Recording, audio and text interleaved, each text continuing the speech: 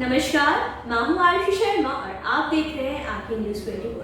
वित्त मंत्री निर्मला सीतारमण ने संसद में 2021 और 22 के लिए आर्थिक सर्वे पेश किया।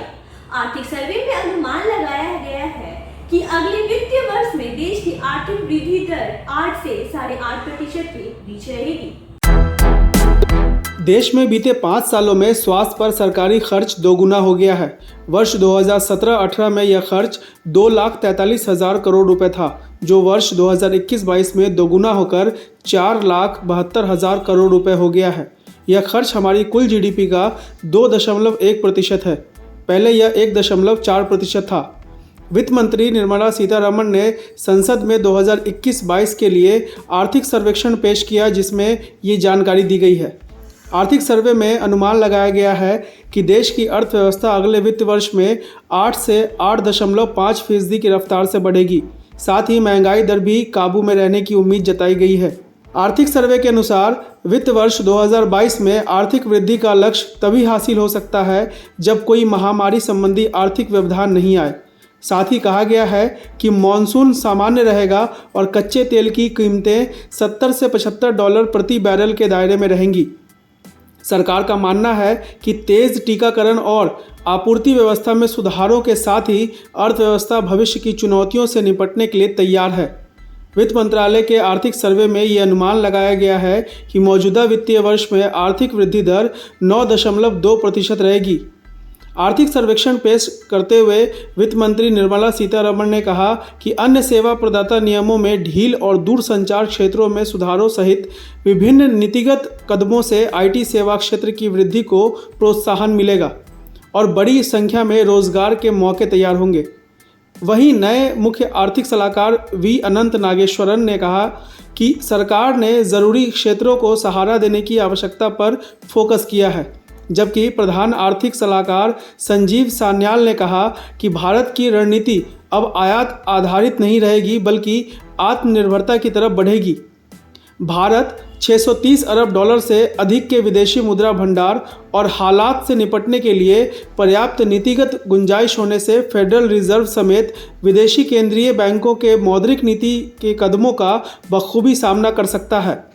हालांकि सर्वे में सरकार ने माना कि तेल की कीमतों में वृद्धि के कारण महंगाई दर बढ़ी है।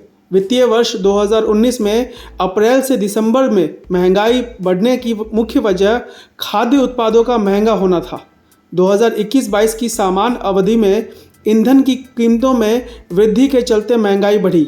चालू वित्त वर्ष में सरकार की आय में ज़बरदस्त बढ़ोतरी हुई है।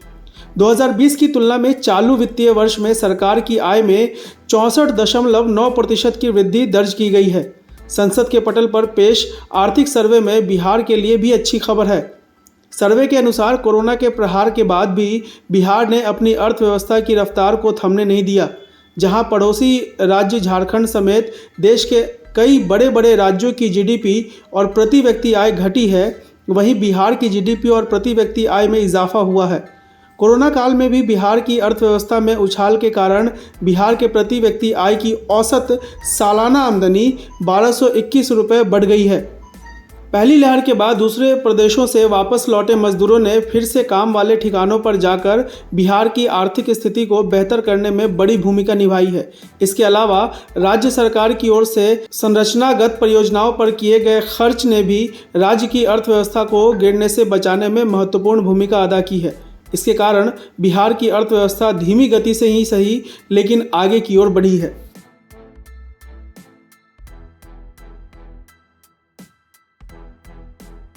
अगर अब तक आपने हमारा चैनल सब्सक्राइब नहीं किया है तो जल्द से जल्द उसे सब्सक्राइब कर ले और तमाम खबरों के लिए देखते रहें आंखें न्यूज़ 24, नज़र हर खबर पर। क्या आप पत्रकारिता के क्षेत्र में अपना कैरियर बनाना चाहते हैं? तो आज ही Royal Ashoka Institute of Mass Communication and Journalism में अपनी जगह सुनिश्चित करें। आर्यभट्ट ज्ञान विश्वविद्यालय पटना से मान्यता प्राप्त 100% प्लेसमेंट के साथ royal Ashoka Institute of Mass Communication and journalism नामांकन जारी है। हमारा पता है DS/16 गायत्री मंदिर के समीप, कंकड़ बाग, पटना 8,20,000। आप हमें संपर्क भी कर सकते हैं। हमारा मोबाइल नंबर है 99554561 2626।